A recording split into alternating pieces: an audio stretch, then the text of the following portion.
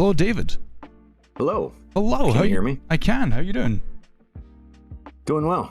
How about yourself? This is the first time I think I've ever had a big name developer or any developer on stream. So I'm a little nervous. I'll be honest. 100%. Just gonna continue sipping. Let me get your video up,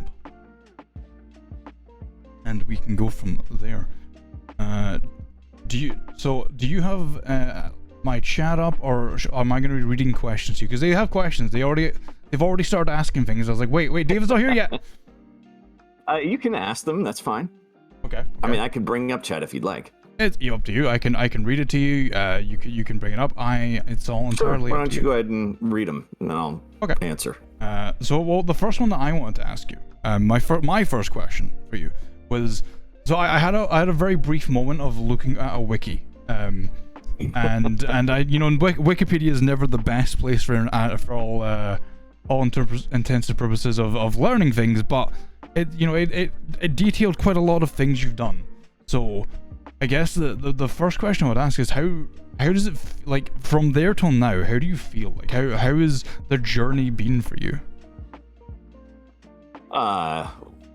Well, it's been great. I think that I'm one of those rare people that knows exactly what they want to do with their life from a very early age. So my dad, I mean, this is really going to date me. I'm an old man at this point, but my dad brought home an Apple II Plus in 1979, and I taught myself to program, and I knew exactly kind of at that point exactly what I wanted to do with my life. I knew I wanted to make video games. And I loved programming, and I spent most of kind of my, late middle school and high school in front of the computer. And then that's all I ever wanted to do. So coming out of college, then I got my computer science degree, and then started working in the video game industry. Not that my computer science degree really did me any good. It wasn't really, it was more like, an opportunity for me to grow facial hair because I looked like I was, 10 years old when I was 18. So I think that, video games was about, all the things that I had taught myself. And my first game was, I got hired at this small developer called FM Waves, which went out of business right away. And gonna make an Atari Lynx game, and then that project crashed and burned, and I went and I made a Sega Genesis game. It's really the first thing that I ever really published. The Atari Lynx game came out years later, but never really. I left because my paychecks were bouncing, and so I had I had gone, and so to go from kind of the Sega Genesis days, which was my official first published product, and I've made everything on Super Nintendo and Game Boy and all that kind of stuff during that era, all the way up until now. I've seen quite a bit of change in the industry, and it's been a fantastic journey. I love it. I love making games. I wake up excited to work on games every day, and I've loved it since I was a little kid. That's awesome. So the wiki was very wrong. It starts off talking about you co-founding Blizzard North. So yeah, that's true. But that wasn't my first job. It was my second job was at a company called Iguana Entertainment, which they're probably most known for making the NBA Jam series of games. They didn't make the original arcade machine, but they put it all on the consoles or whatever. And I was one of the programmers temporarily on that. And then the company moved to Texas. I live in California, in San Francisco. And I didn't want to move to Texas, so I left and created Condor, which then became Blizzard North, and we made the Diablo games and stuff from there. So I did have another job, made several titles, Arrow the Acrobat, and Pirates of the Dark Water and some other titles, Super High Impact Football and NBA Jam at Iguana before I created Blizzard North. That's awesome. I love those games. I'll be honest. I don't know, because when I started with gaming, my first ever game system was a Nintendo. So I was on the kind of Nintendo side of things, while a lot of like some of my friends were on the Sega side of things. So I didn't get to experience as much of them as I would love to. What was your? This is going to be probably a silly question, but what was your most? What was the thing you cherish most, or the thing you were proud of most from Blizzard North? What like sticks in your memory as a time that you were like, that right there was like a pinnacle moment that I loved what I was doing? I think that the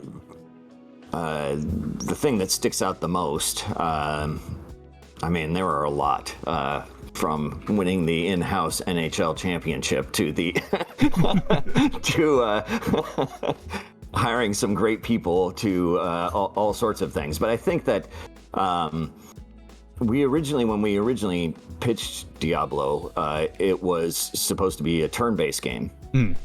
And so about 6 months into development, after we signed the contract to do the project, we were a kind of a separate developer. We were called Condor. We got acquired about a year into development. We got acquired by Blizzard and became Blizzard North. But before that, kind of in that in-between time, they suggested that maybe we change the game from turn-based to real-time. And I was really hesitant. The game was inspired by inspired by a game called Rogue, which is where the term roguelike comes from. And there were a bunch of other these kind of games, Moria, Umoria Angband, NetHack, et cetera. There were a bunch of them.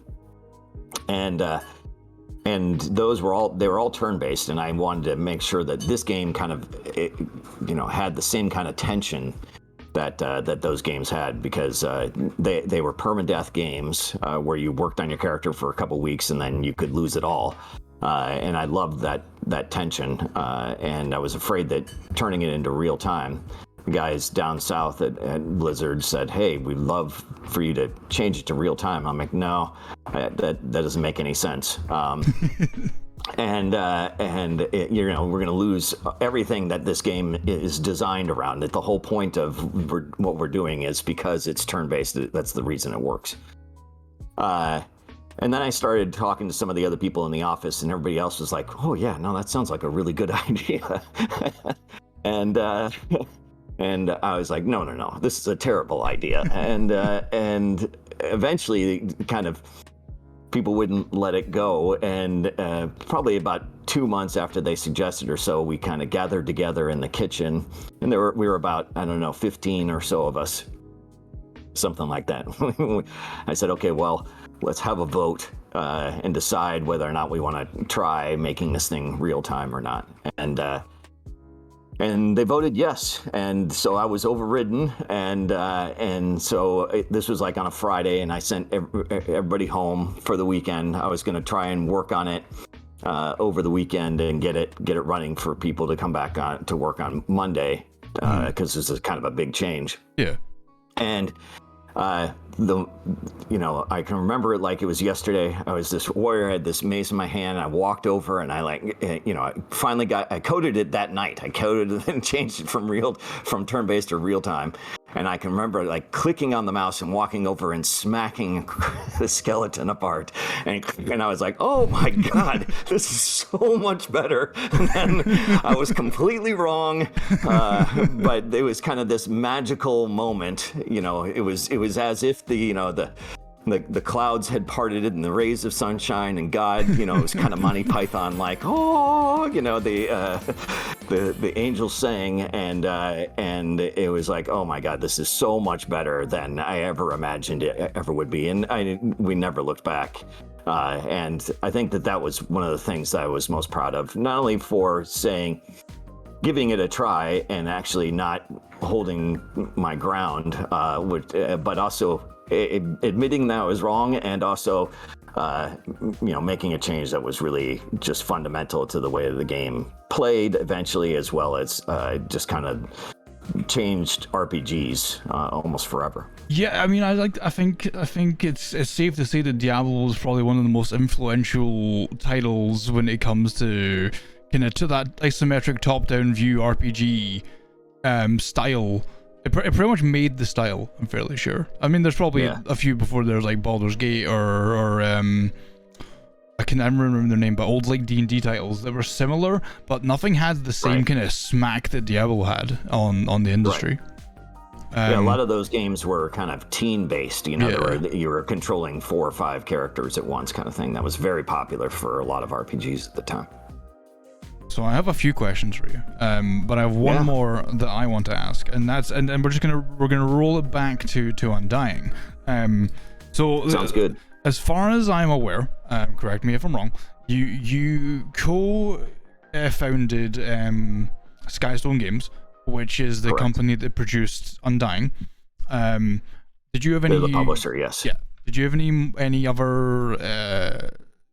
Did you have anything to do with Undying other than kind of being the named publisher, or what? Tell us about Undying in kind of. This is kind of a question from Moki in chat and myself. Tell us about Undying in your own words. Okay, sure. So Skystone is kind of a different type of publisher. Mainly, it's a developer-led publisher, which is very different than a lot of publishers out there. A lot of publishers. You go to a publisher as a developer and ask for money, basically, or at least marketing support and things like that. And we perform all of those regular duties. We have, we do localization, QA support, marketing, social stuff, that, all of the kind of things that you would expect a publisher to do, mainly, and also, help fund the product. So, those kind of, we check all the boxes. But what makes us different than that is that you get me as kind of an executive producer on the product. So I give feedback. I've developed so many games over many years, and I have a lot of experience with all sorts of different platforms and things like that. So helping you with your dev needs, being able to tell you exactly how to, get all of the things approved for, Xbox or whatever it is, that like I've been through all of that stuff many times. And so putting you in contact with the right people, helping you through whatever kind of process, as well as then giving you a lot of design feedback and things to think about. You can take my advice or leave it, whatever you would like to do. But I have a lot of design experience and can help maybe solve some problems or make the game, hopefully better, and give you feedback on what I think I'm having fun doing or whatever.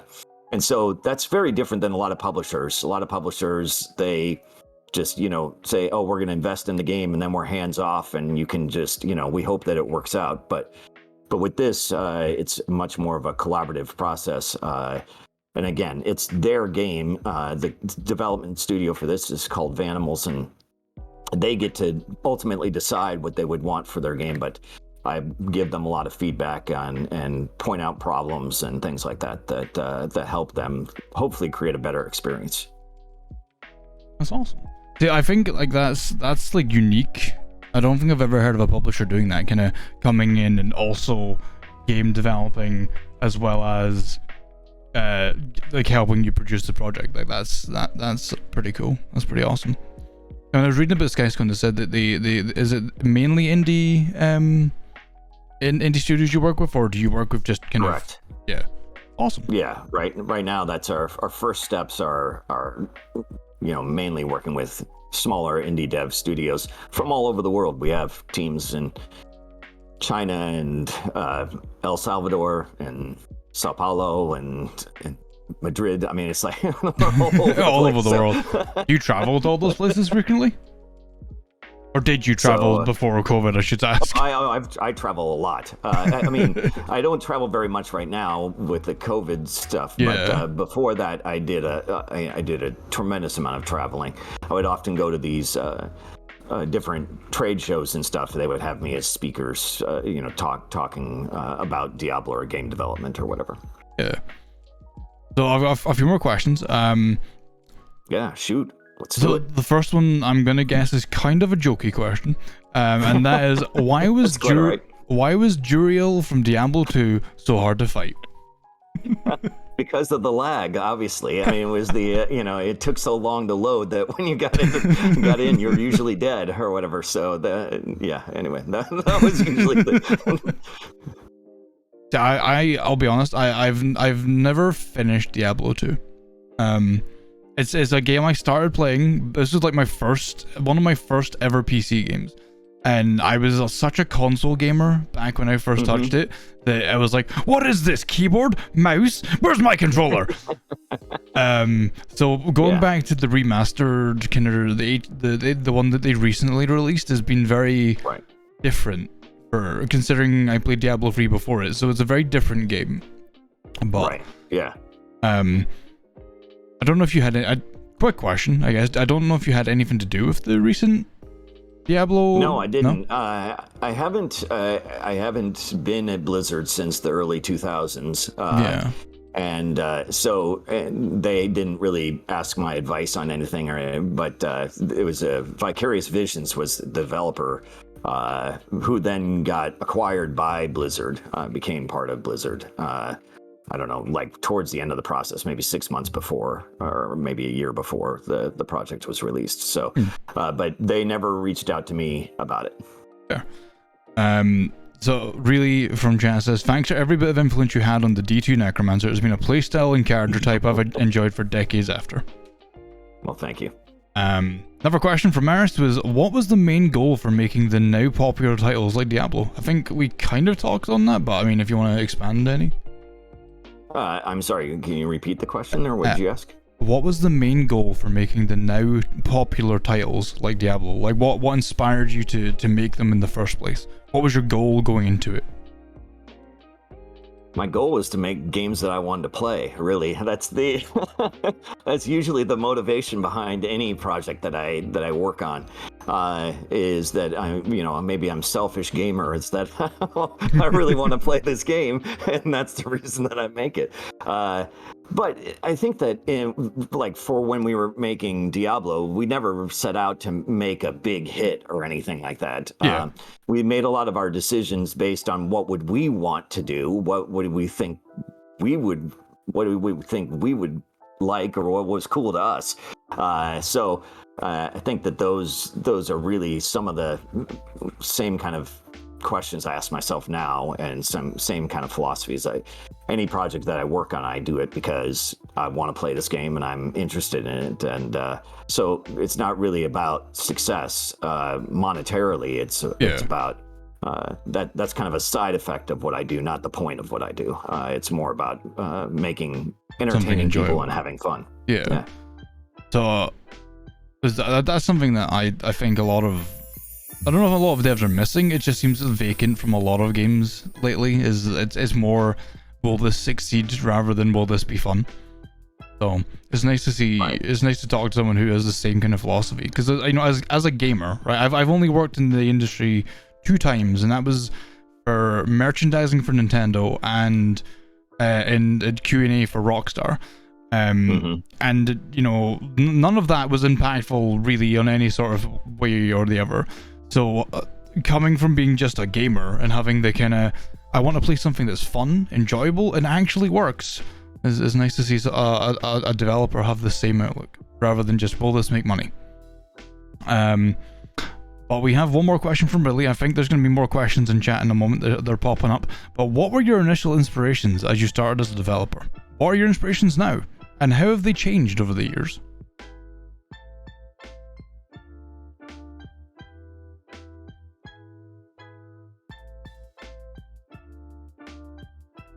I think Discord might be lagging.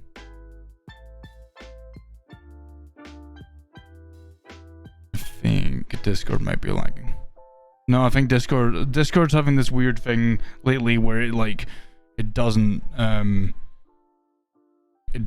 pick up things. Oh god, Cade! Okay, hold on. Oh. Write this down. Oh. Hello? Hi? Hey. Hey, there, I think I'm Discord. back. Sorry. Discord took a small break there from reality. I don't know what happened, but I lost you for about 10 seconds or 20 seconds. It's been doing that a lot lately. It keeps happening. Yeah, sorry. The question was... But I'm back now.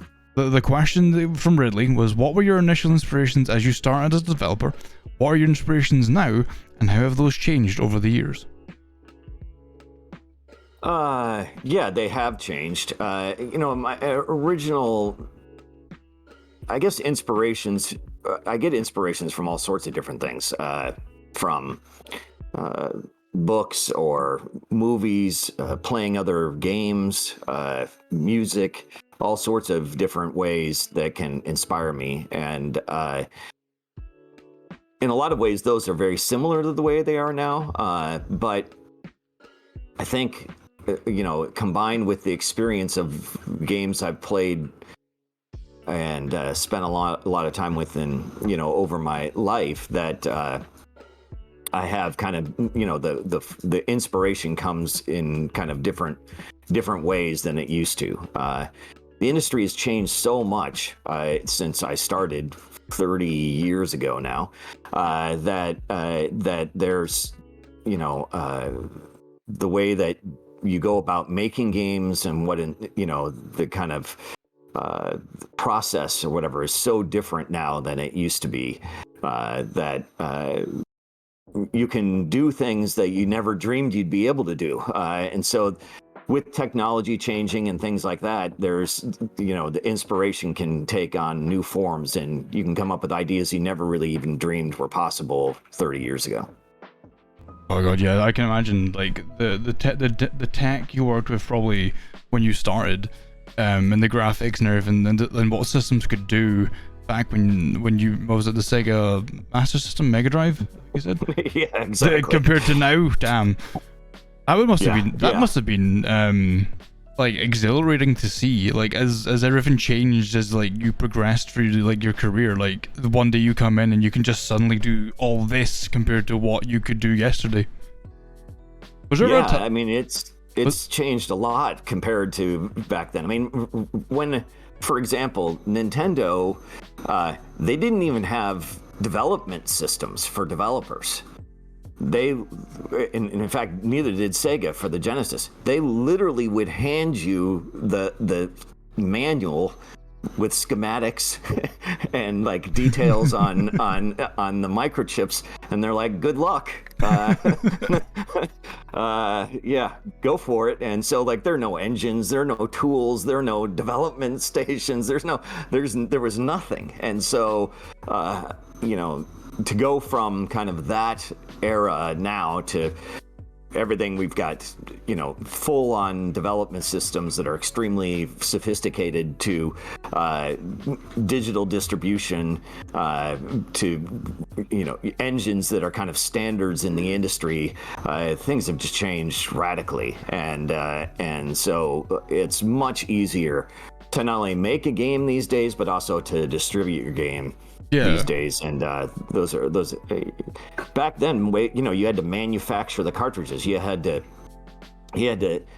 literally buy them from Nintendo. They would manufacture them in China or whatever, and then it would be on a boat that would take months to come to the US, and then you had to put it on trucks and ship it across to stores and stuff like that. That's it was an incredible operation. You had to pay up front. You had to pay millions and millions of dollars to manufacture these cartridges, and then you would sell them as a markup or whatever at stores and things like that. And it was super risky. Things have changed dramatically to now with digital distribution. You just put it on a website or whatever, some sort of site, and then you can download it. It's pretty amazing. Yeah, I imagine itch.io has changed the world for gaming, because there's so many games on there. Puppet Combo, I don't know if you've ever, they're a horror game developer. They operate mainly out of itch.io, which is insane. Yeah. But that is actually ties into a question I want to ask. The developing games now. So like you said, it was way easier now to make like a multi-format. Is it easier? I'm assuming it's easier now to make multi-format games. So I think Undying is out on multiple formats. So it's easier now to make multiple format games, whereas back then it was so much harder. Does it cost more now? Does it cost the same? How did that experience evolve? Yeah, it is very different than it used to be. It used to be very difficult because the actual microchips and stuff, way back in the day, the only way that you could program games was you could only program them in assembly language, which is largely not even used anymore. So you had to like kind of hand code the machinery to make it work, and everybody's machine was different, so like you couldn't use the same code to run on different systems. It just, they had different microchips with different instructions. So that didn't work at all. But to go in today, with engines like Unreal or Unity, you literally just kind of like say, I want to make this for Nintendo Switch, and boom, it works on the Nintendo Switch, or whatever, whatever it is that you're trying to do. It's you have to plan ahead of time, and you have to, but it literally it ends up being just a compile option where you're just like, oh, I want to make the build for PC, I want to make the build for Switch or Xbox or whatever. Then it's kind of a little setting that you do, and it up comes the build that you want for the different systems. So it's quite a change from the way it used to be. And so in some ways it's a lot easier to do the multi-platform stuff, but overall game development, I'm not sure if it's, in some ways it's easier, in some ways it's more difficult. The fact is that games are much more sophisticated now. The technology is much more complex. Doing 3D graphics and shaders and all of these kind of things, it takes a lot longer to build assets and make things look good than it used to, because we were so limited back then. When I first started, we were EGA graphics had 16 colors, so that to go from that to this now is quite a change. So in some ways, making the content for a game, I think, is more difficult now, just because audience expectations are much higher, and so much has changed in the game industry in terms of expectations of players and things like that. But the actual mechanics of making the thing across multiple platforms, or actually making any kind of like graphics engine or things like that, is much easier now than it used to be. Yeah, awesome. I take it, so we've heard many tales or horror stories of ports from consoles to like PCs, for example. There's like a lot of games that they've made for like the PlayStation, which is ported to the PC, and it's been done so poorly. They've not taken out any of the buttons. It's all showing up as like PlayStation controllers, even you're using an Xbox controller and all this other stuff. Do you find it easier to build something for PC and then kind of build down? Because it is essentially a quality loss going for a console, because they're not as powerful as most PCs. Like, is that like the standard now, or is that just like a... Yeah, and that's usually the way. If I'm doing multi-platform stuff, we focus on that first. Awesome. That's what I would have hoped. Hey, can you hear me now? Yeah. A couple of questions for you from chat. We have one from Guardian, which says, what advice would you have for a person who is trying to take the steps towards being a video game developer?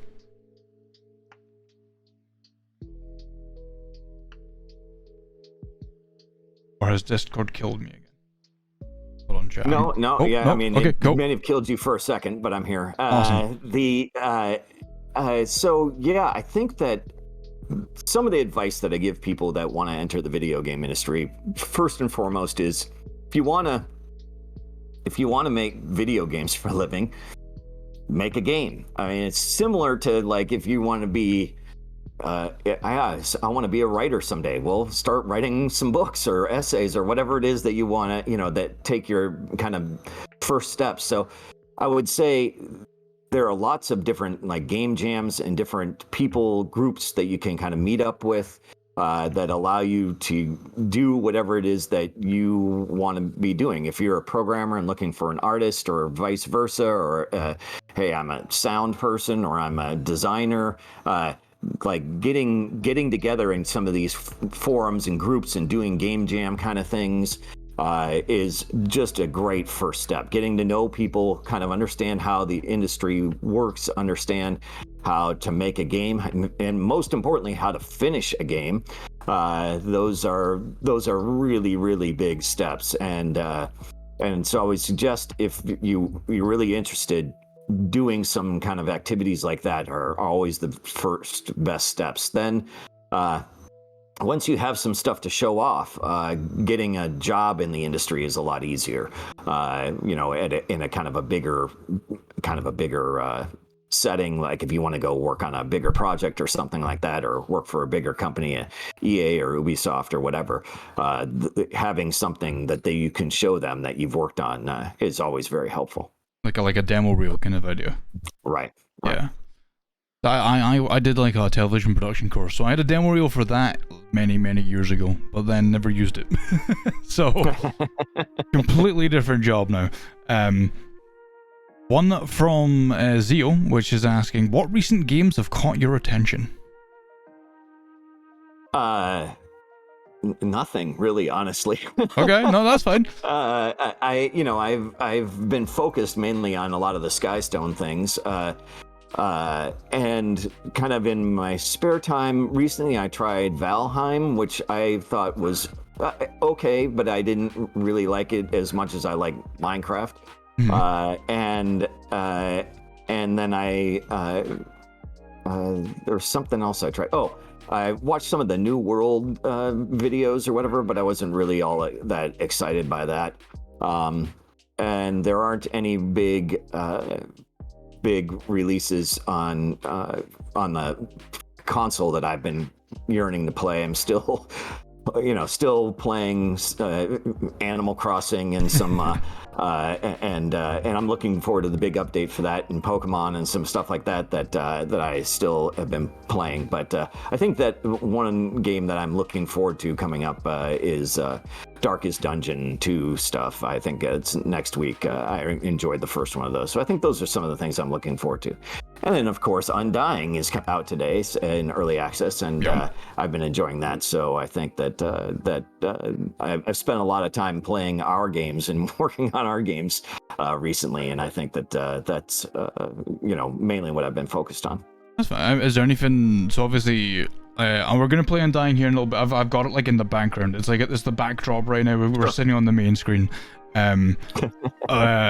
But is there anything else from Skystone that you want to talk about? Any other games that are like really passionate that either are out or are coming out, or that you've been working on recently? Yeah, we have announced several of our titles, and one of them is out on PC. It's called Last Friend, and it's kind of a cross between tower defense and beat 'em up game, and you rescue dogs throughout it. And so the different dogs give you different abilities, and you create different combinations of which dogs to bring into the levels to create different defense things, or give you different moves, and for your kind of beat 'em up section. So, and that's a really fun game. It's really and that's out on Steam and is coming probably early next year to other consoles. And then Undying is now, and then we're going to have some other things coming up as well. We have a game called Underworld Dreams that is going to have a kind of a prequel that is coming out soon. We're going to be announcing that and showing that off, and there'll be a kind of a demo version of that one that you'll be able to download for free. Awesome. Then we've also announced that we're publishing a game called Boundary, but there's no details on that one, but there's a lot of videos out there of that game. So if you're interested in kind of first-person shooter, this is a first-person shooter in space, and it's really pretty amazing. I actually did see. I think it was one of the Gamescom things. They showed a little bit about it.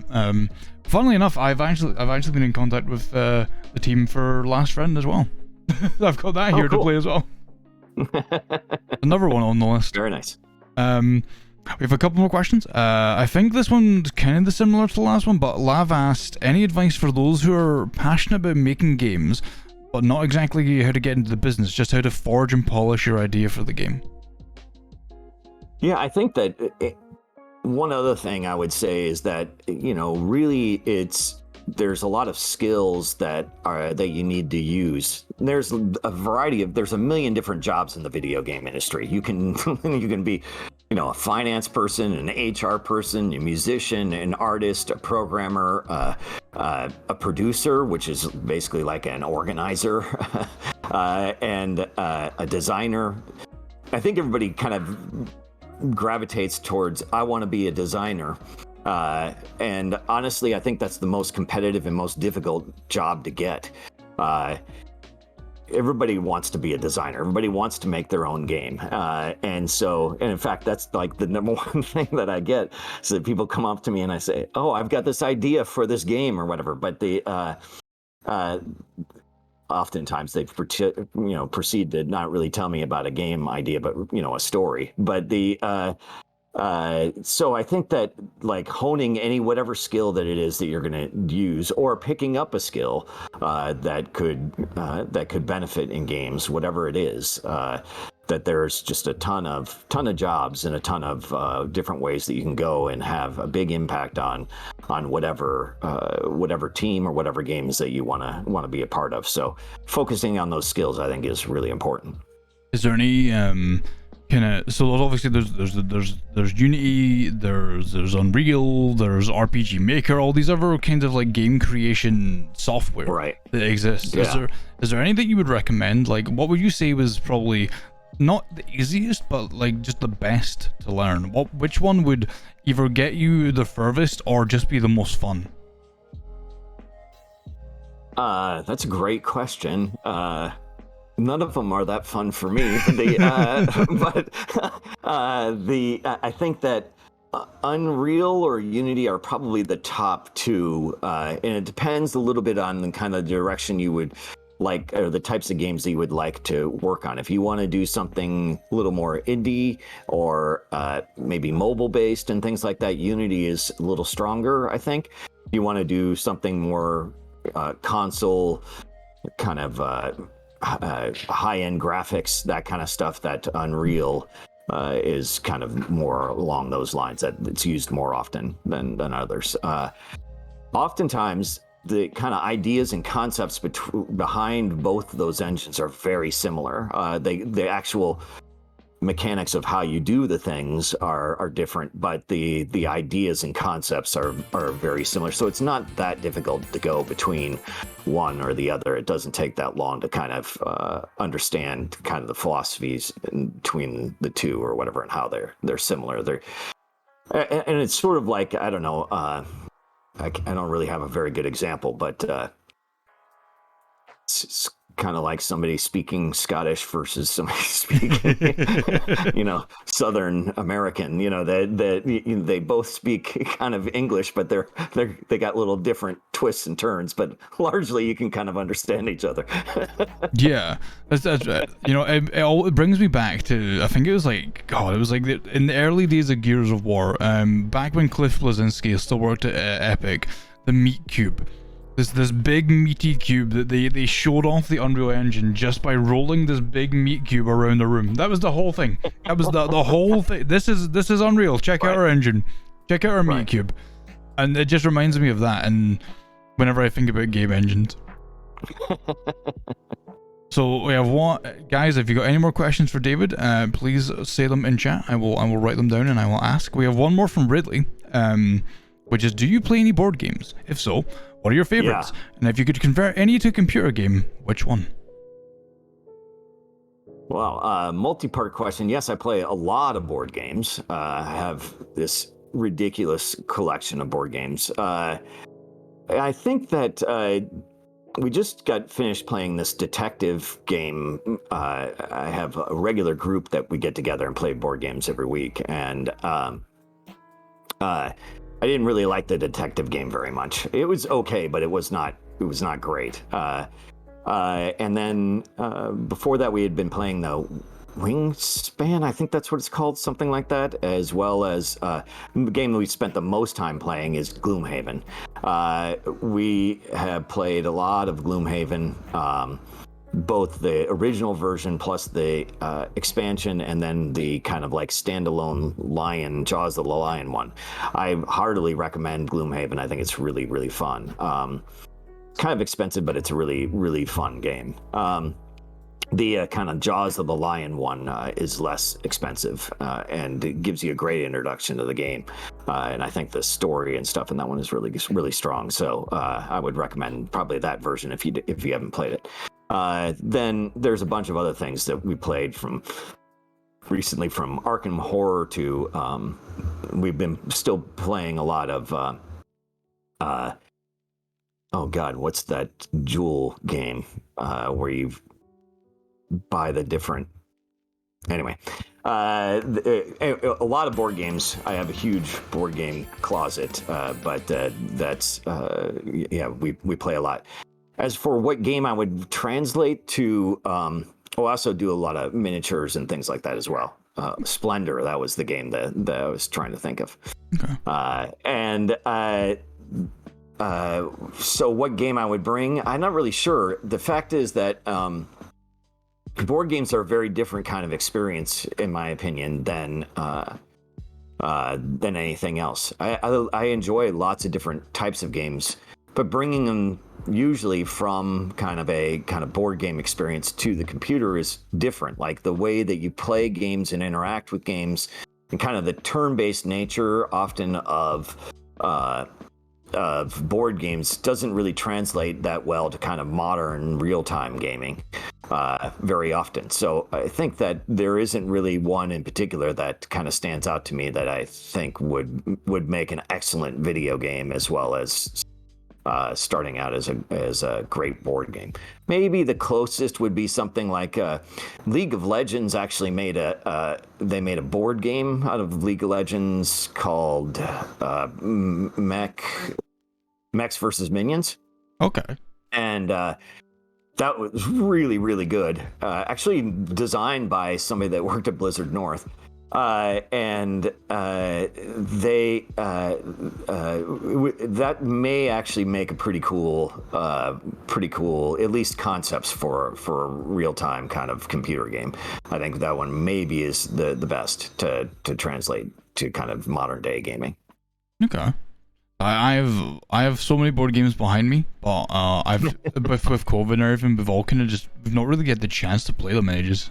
Right. I keep buying these games on Kickstarter. Like I kickstarted, I think it was I got the Devil May Cry like Bloody Palace one. So I have like 6 boxes behind me full of figurines and boards and stuff that I just can't use because no one's allowed to see each other. Yeah. Yeah. One day they will be used in we have a giant backlog as well. We used to have like there's a shop here that you could go into and pay like £2, and they would let you just sit downstairs, order food, and play all of the board games, and they had like a giant wall full of them. So that's where I tried like Arkham Horror for the first time, and a bunch of other like there was like a Star Trek game, there's a coup, all kinds of games. It was pretty cool. Yeah. Also, there's some more questions. Where am I? What is your favorite D&D character / class? Bard.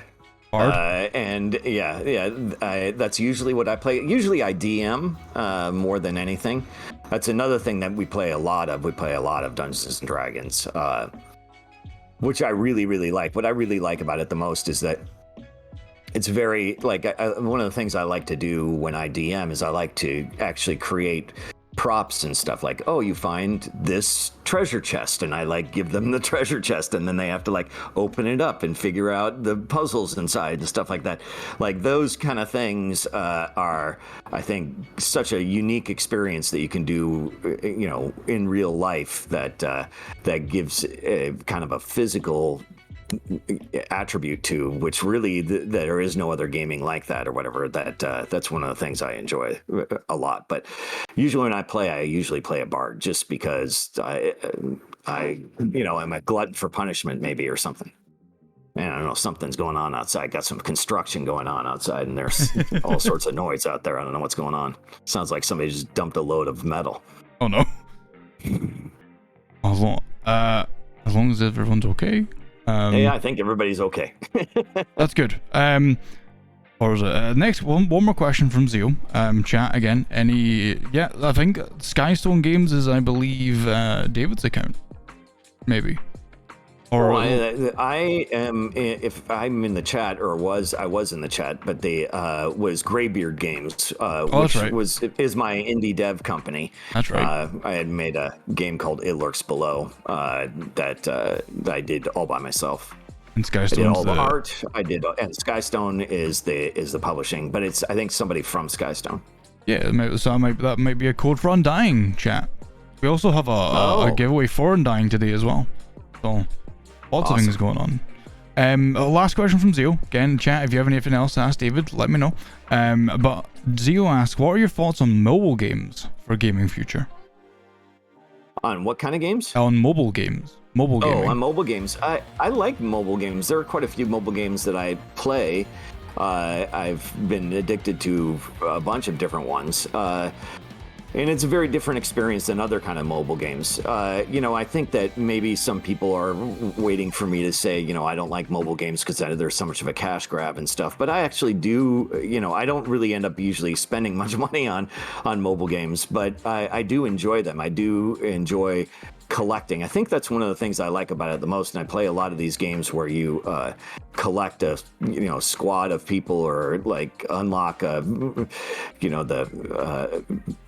famous avatars or whatever. Like I played a lot of Star Wars Galaxy of Heroes, or games like that, of that type, and I enjoy that kind of thing a lot. I like kind of the hands-offness of mobile stuff. It's very casual, very relaxed kind of environment, and so I think that you have to be careful about the monetization there, but it's not going away. It's a huge industry. It's not changing. It's making tons of money. So I think that mobile games are. I think that we're seeing kind of the future of some mobile games too. Things like Fortnite and Genshin Impact and stuff like that are this cross-platform where you're playing on mobile, or you're playing on console, or you're playing on PC is kind of the future. And I see a lot of that, a lot of those kind of games in the future. Don't mention Genshin Impact. I've spent too much money on Genshin Impact. I'm one of those people who's like, I don't have enough for the next bill. I need to buy more. Yeah, I get very. I was very, for the first 7 months that it existed. I was like, I had every character. I was very much on top of it. I was very lucky, but yeah, we don't talk about Genshin Impact. It's easy to get carried away, that's for sure. It is. It made $2 billion last year. That's too much. Too much money. Yeah. Chad, do you have anything else that you'd like to ask David? We did have a giveaway from Skystone for Undying on the Epic Store, and Dalinor won it. So congratulations, Dalinor. So we have one more giveaway for the game as well today. We had a donation for. We've been having donations for the Trevor project while we've been doing this as well, which is insane. We've already met our first milestone. That's insane. Congrats, that's awesome. Thank you. MMX and Lav, thank you so much for those donations. Really appreciate it. I'll talk to you guys later about what you want from the list of things to make my life hell for the day. But that's just how we do it. I'm not. So let me think. Not knowing Diablo was going to be a big hit. What inspired the story and name for the game Diablo? The story was inspired by a variety of different things. Mainly, I guess the name, we should talk about the name first. There is a mountain just east of San Francisco called Mount Diablo. Mm-hmm. And that is where that is where the name comes from. When I moved here in the early 80s, as a kid, I didn't speak any Spanish, but when I found out what the mountain meant, then I was like, oh God, I'm going to use that as a video game title someday. And that's where it comes from.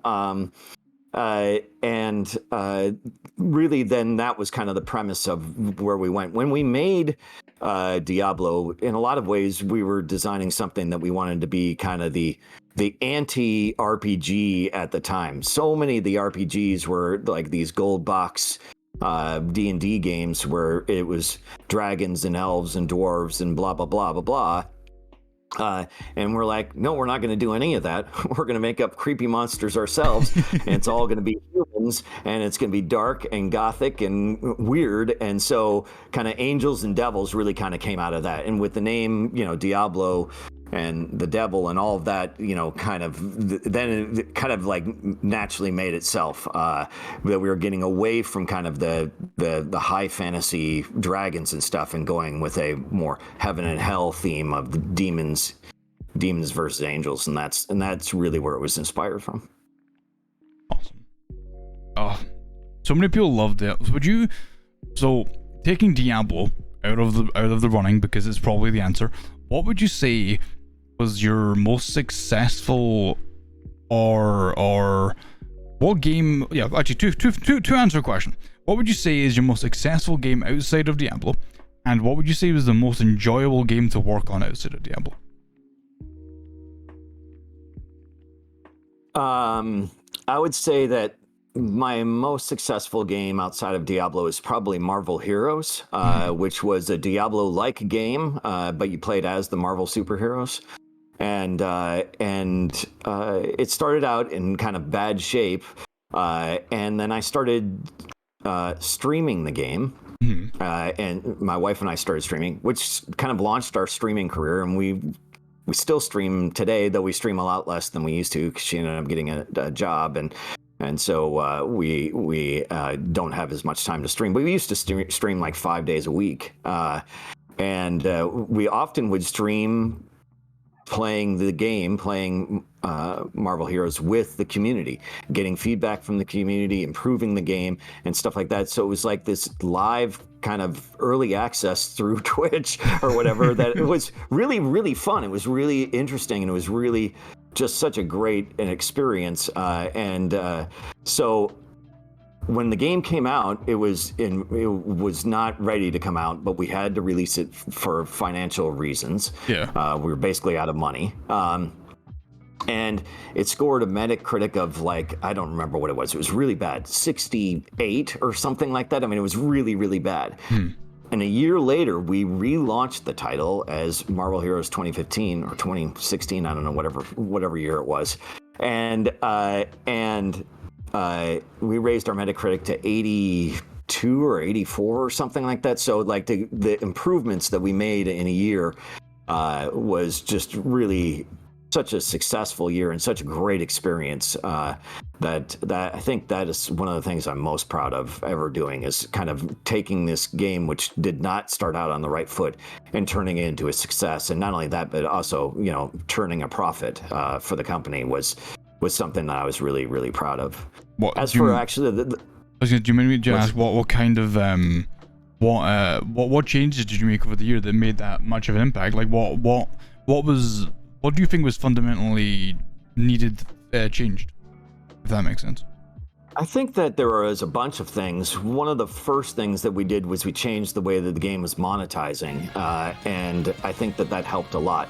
One of the things that we didn't have the notion of when you first started was that we didn't have a way to earn the characters through play. And so it was a free-to-play game, and then you had to buy the characters or get lucky in that a character could drop, sort of like a rare drop in Diablo or whatever.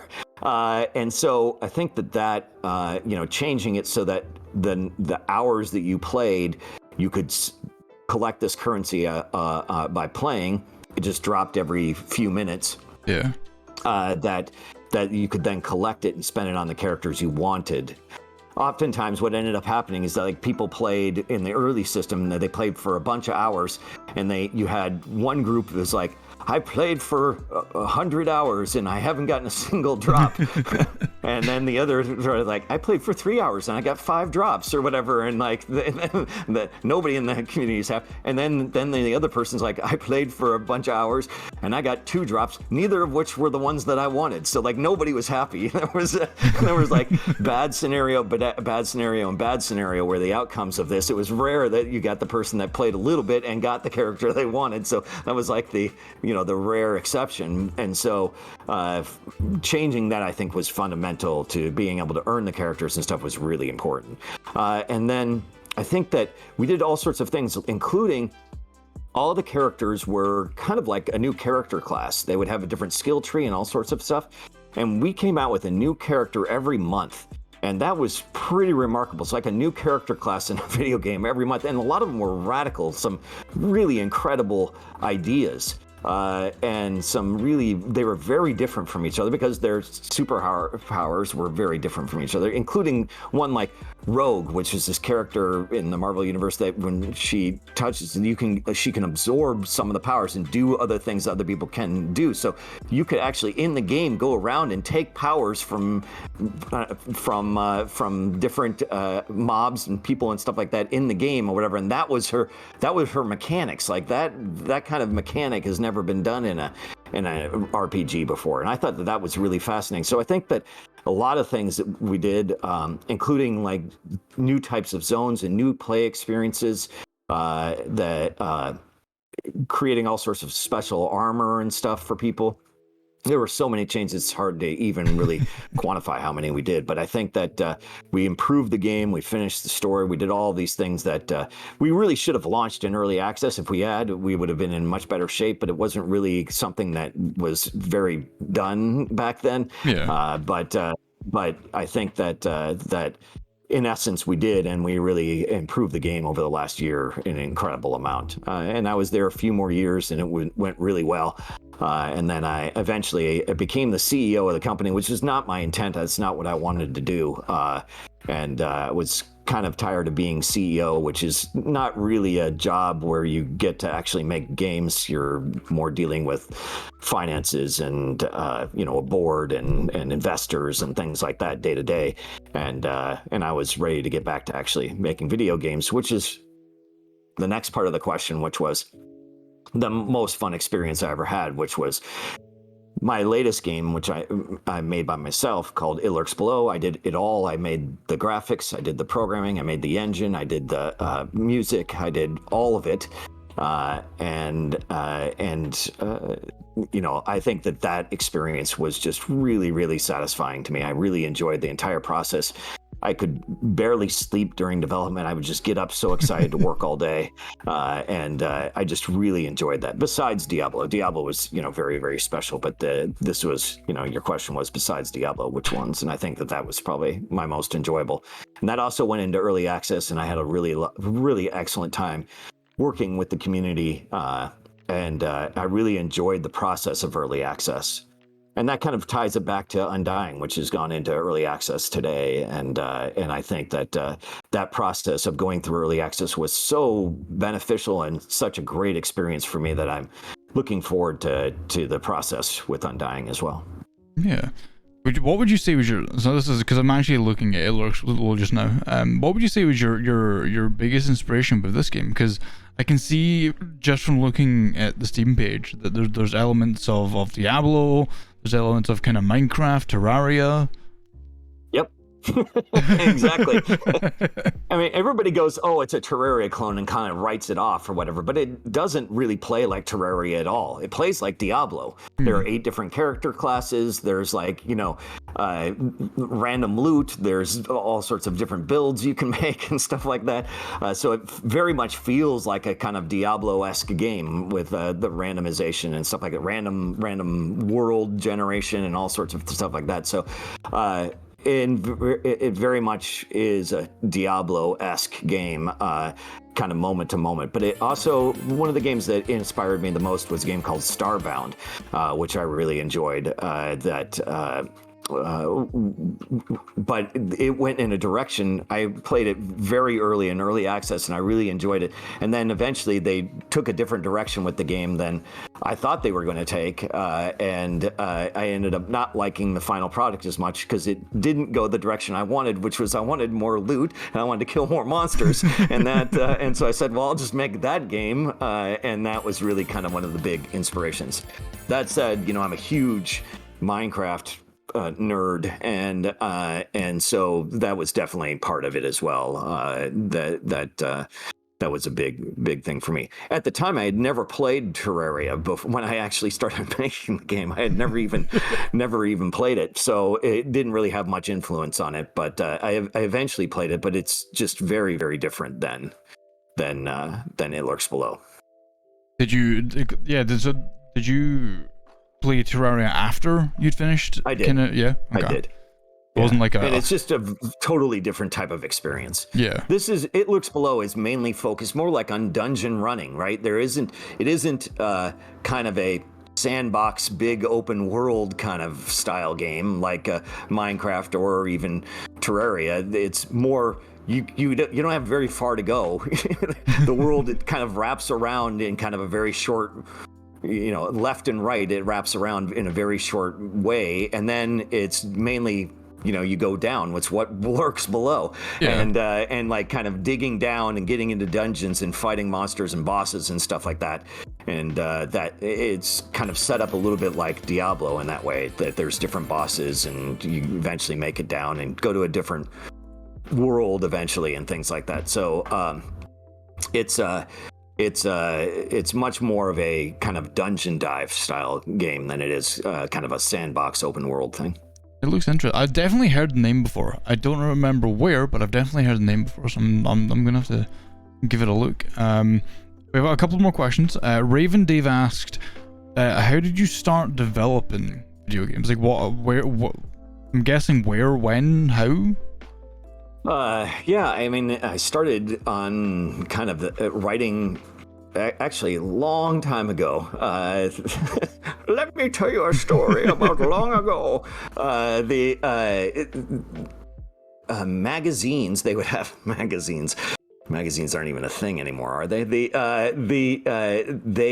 would have complete game listings in the magazine. So they would like have an article about, hey, buy our magazine and you can get this particular game. And in the game was the entire code listing in BASIC.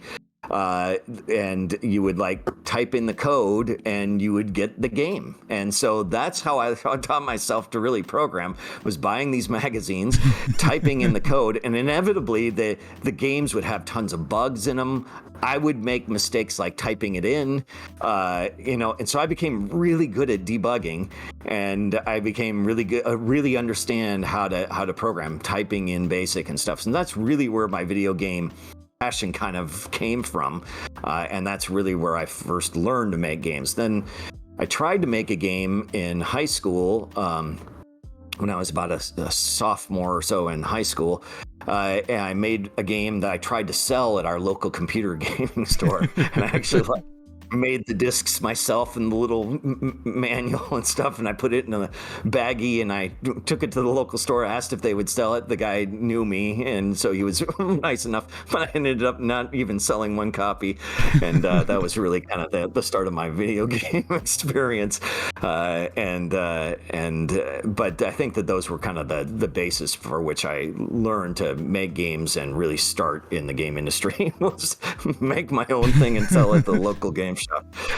Would you ever go back, like, so you made this game that you can do this, would you ever go back and like touch it up? Would you like revisit it nowadays and go, you know what, that was a good idea, I just didn't have the skill that I have now, so I'm gonna go back and try it again and see what happens? Yeah, there are definitely times that I think about other games that I've made that I wouldn't necessarily make the exact same game, but I would consider making like a sequel or something like that. For instance, like Hellgate London is a game that I really enjoyed making. I thought it was a fabulous idea. I mean, it was my idea. I pitched it, but I think that it's the very first what people now call looter shooters, and so I think that when we came out with the game, expectations were way too high. It was really buggy. We had all sorts of problems, and again, a situation where we were running out of money. And so it didn't really, I mean, financially it ended up breaking even, which is fine, but it didn't afford us the opportunity to continue as a business. And I'm really sad about that. But I think today I've learned enough now that I could go back and make a much better version of that game. Not that I have the rights or anything like that, but I think that if there's one game that I would love to try and update into kind of modern times, that would probably be number one on my list. Sure. I have one more question before I ask the few more that we have here, and then I think I'll give you the chance to run away if you want to. Has there ever been a time? So a lot of us like voice acting, are interested in voice acting, want to do voice acting at some point or another, and there's some of us who do. But has there ever been a time during game development where you've done something with voices? Like let's take Diablo. You did a Deckard Cain voice a moment ago.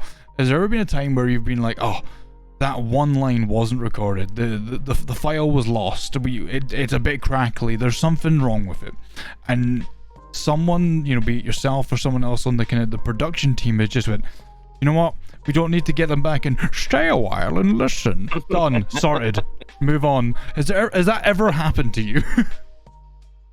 Not in that kind of way, but I have had things that I've voice acted in games I've made, but it was always the intent of me making the lines. It was never to like to make up somebody else's session or whatever. Like if we had lost a file or something, wanted to change what they said, we do pick up sessions to change some of that stuff. But I think that we were, for instance, like in the cow level in Diablo 2, everybody in the studio got to go in and like do a different move. So that was but there were other NPCs and things like that people would say different lines that I've recorded a few times. Awesome. It'd be the funnest thing. Just you're working on something, and then you don't have a voice actor for Villager number 7, so you just do it. And right, exactly. It is fun, and it can be really cool to have that experience. It's a lot of fun. Yeah, I've just made my career on imitating Jacksepticeye. I can scream in Irish now, and people will just enjoy the top of the morning to you all. Hello everybody, my name's Jacksepticeye. Welcome to the stream. Here today we're going to be playing Happy Wheels. I don't know. It's what I do now, and yeah. You're hired. Thank you. Zio asked, was there ever a game you wanted to make but you couldn't, and could you talk about it?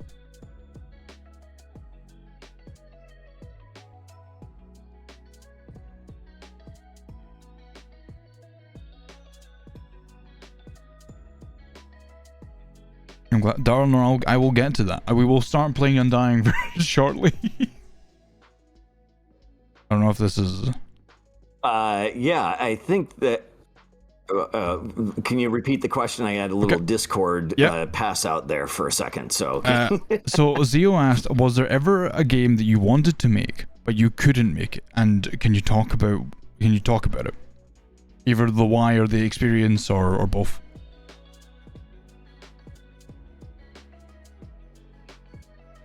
I think that one game that we made that never was released was a game called Mythos. It was this game that we were making. We were making Hellgate London as well as we were making Mythos at the same time.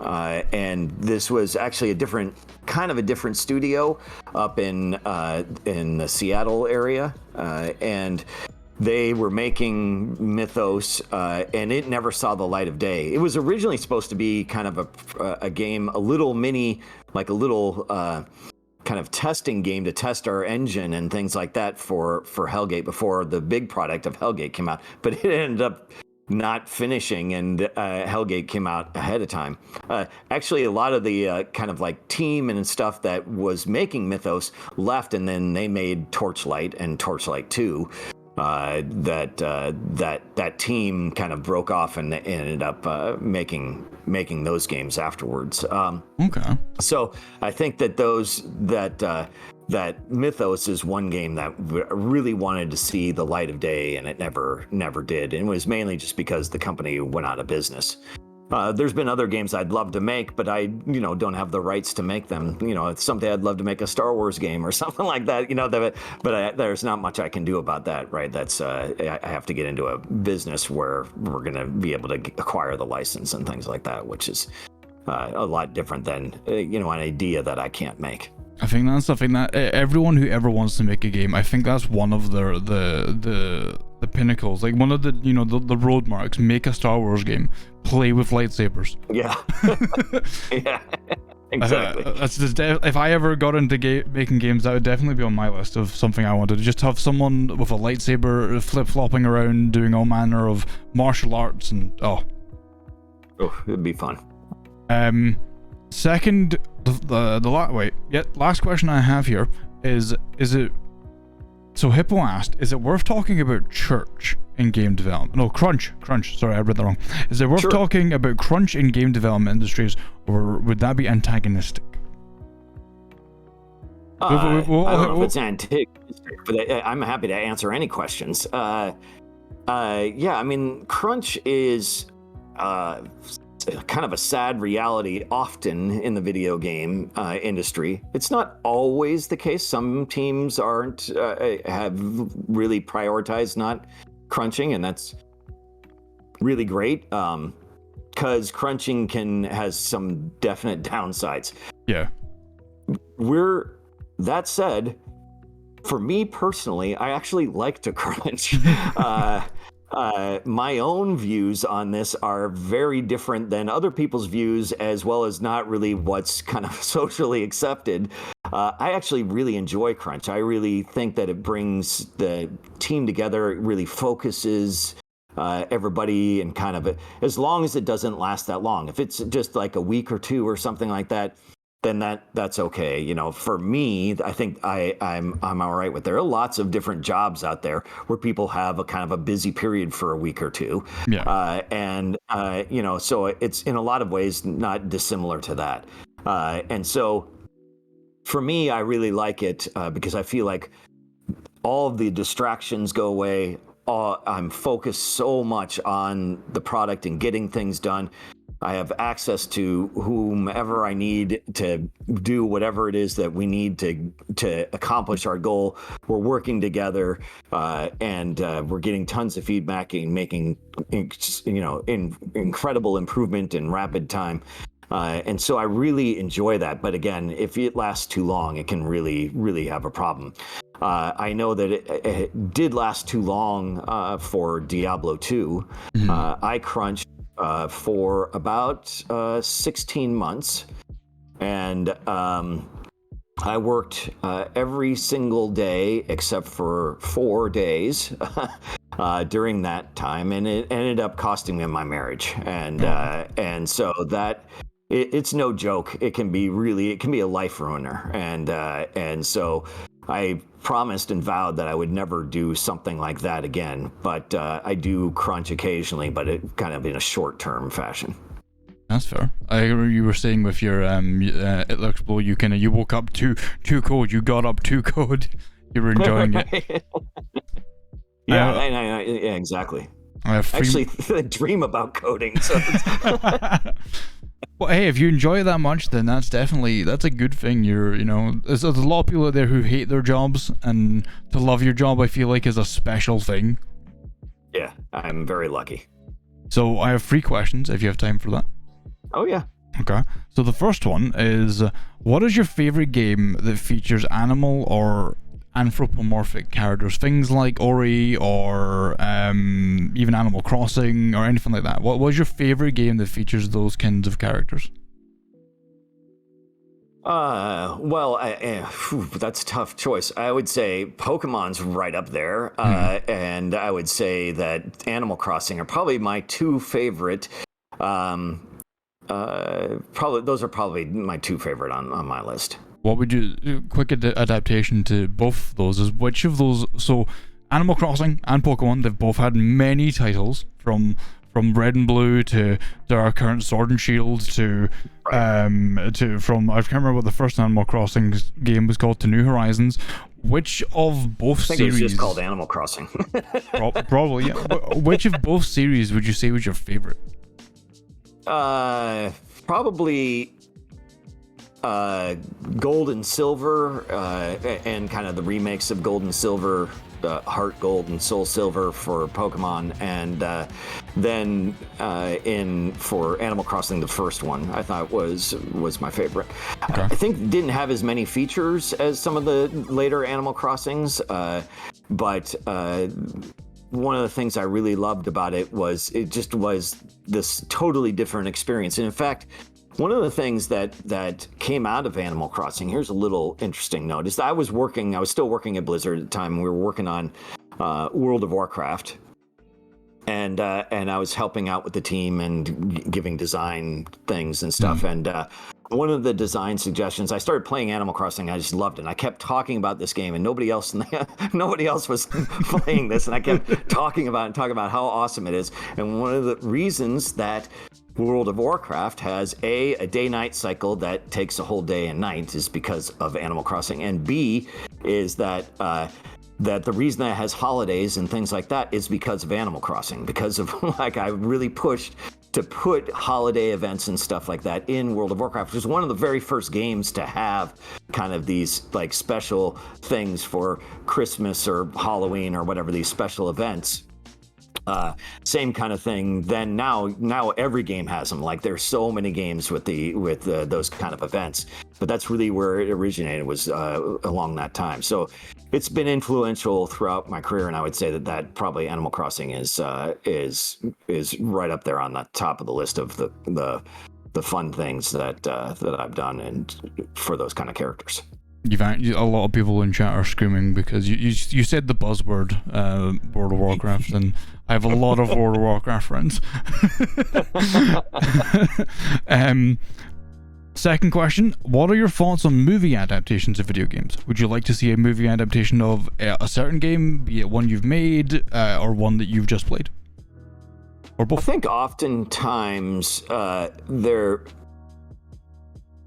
I don't think that they're that good. I can't think of. There's maybe a couple movie adaptations of video games that have been all right, but largely I think that they've been pretty bad. And mainly it's because up until kind of more recent times, like back in kind of older days, like the stories were pretty lame, and they weren't all that interesting. So I think that storytelling's come a long way in video games. But it still is different. One of the things about storytelling and games is it's very difficult to do because of the way that the nature of a game. It's sort of like writing a movie about a baseball game or a football game or whatever. It's like it's just not as interesting. I mean, the drama of sports, the drama of games is not knowing and writing your own story. And so having story elements is really helpful, and it can really immerse you, and you can have an interesting and compelling story. But the story is really your story for telling. And that makes it very difficult to translate that into something where it's a story about something, whatever it is. Probably one of the best things that they've done, I think, is maybe Witcher is like one of my favorite, but the Witcher Netflix series is not, it's more like the books than it is like the game. And so it's kind of like in the world, but it's not really, a one for one kind of thing or whatever. Yeah. And I think that they did a good job with that. So I think that if you're going to do something like a video game movie, it's best to not try and go down a particular path of, it's best to do some kind of like side story or something like that kind of is more of a story that can be told in that world rather than an actual story that gets kind of translated to the screen. I was going to mention The Witcher because I remember watching an interview with Henry Cavill, the guy who plays Geralt, and he says, after he finishes work every day, he likes to go home and play games with, or like on his own or with his kids and stuff. So like, it's a certain type of person. Like I think Free Guy is also another good kind of like adaptation of video game style to movie, right? Because like it's not really a movie. It's obviously like a spoof on like GTA and San Andreas and Saints Row and all that sort of stuff, but it's got the video game spin to it, and it's Ryan Reynolds is just such a funny man that I feel like he could make anything funny. Even Green Lantern was kind of funny because of him, despite being a horrible movie. Well, I mean, that was the reason I liked Detective Pikachu, so... Yeah, exactly. Mm-hmm. And plus, talking Pikachu is always just a funny idea. Yeah, that's great. But is there one out there right now? Like obviously you've got Resident Evil, you got Silent Hill, there's Dead Rising, there's so many different adaptations of games, and like some of the Resident Evil movies are terrible. Some of them are just so bad. Even the new one that kind of combines both 1 and 2, and you've got like Hispanic Leon. I'm not sold on it. But is there any out there that you've considered like a guilty pleasure, like a B movie that you love? A B video game movie that I love. Yeah. I don't. I think Sonic was also a really good movie, but maybe that wasn't the very really first Mortal Kombat movie. Yeah. Okay. Yeah. The very first Mortal Kombat movie I kind of liked, even though it's bad. It's a good kind of cheese. It's a good kind of cheese. Oh. Okay. So final question, and then you're free. I will release you. And it's a very light-hearted, simple one for the end. You mentioned Animal Crossing a few times. Who is your favorite Animal Crossing character? Geez, I don't know. That's really tough.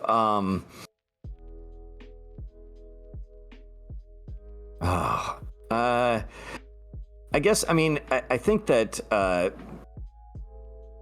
God, I can't remember all of the names of some of the different characters right now. I don't know why I'm blanking on, but so then I'm going to go with KK Slider just because I really like the guitar playing dog. So I think that I like the music aspect. I'm a big music person, and that I think.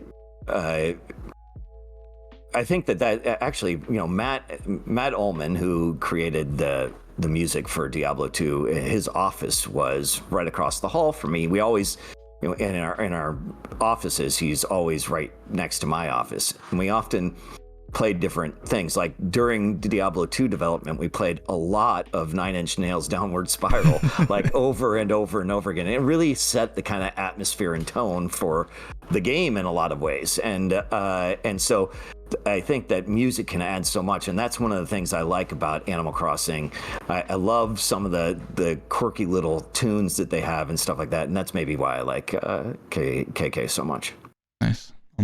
I lost my island because I got a new Switch, and I have to rebuild the whole thing. And I finally have got around to doing it. There is a way to transfer the stuff, though. Well, I sold my old Switch and got the Animal Crossing Switch, there thinking isn't a way I could to do that then. No, you had to do it before, which I found out afterwards, which made me very sad. But I'm on the way to making it back, but I'm at the point where I have to get my island stars up enough to get KK to visit. So we're in the process of doing that. Who is your favorite? So I think just because, so we were doing, there's a meme going around Twitter at the moment, which is like a VTuber versus your favorite Animal Crossing character. So I was like, oh god, that's a tough one, because I like a lot of the characters. Like I love a lot of the cats, because I'm very much a cat person. Right. So like I love Bob, and I love a lot of them. But I had to go with Raymond, because he was the most similar to the VTuber kind of design that I use. And it just cool. So Raymond is definitely on, and I've loved all the memes going around about Raymond ever since someone decided to give him a maid's outfit. Right. So yeah, that's mine. Hey, David, thank you so much for joining. Like, it's been awesome. I could sit here and we could talk games all day. I feel like the whole stream could just be us talking about video games. Yeah, it's super fun. It has been, but I definitely want to give Undying a try. I want to show it off. I want to do this giveaway to give away a copy. But thank you so much for being here. You've been awesome. My pleasure. Guys, once again, I did it earlier. I think I still have a copy. Do I still have a copy? I do not have a copy. 1 second. Guys, go and follow. Go and follow Greybeard Games. That is David's channel. You've mentioned you stream over there occasionally, I believe. So no, we stream on my wife's channel called The Jungle Queen. The Jungle Queen. The Jungle Queen. Guys, 1 word. Go check out The Jungle Queen. Go check them out. That is David's wife's channel. They stream over there, so go give them a follow and you'll see David again. Maybe we'll see David again. Good. Maybe I'll badger him to join us for the last round. Sounds good. I'd be happy to join again. Well, we'll be happy to see you. Well, thank you so much for joining. I really appreciate it. You taking the time out to be here today. Yeah, thank you so much for the opportunity. Of course, it's been amazing. Well, bye. Thank you. Bye-bye.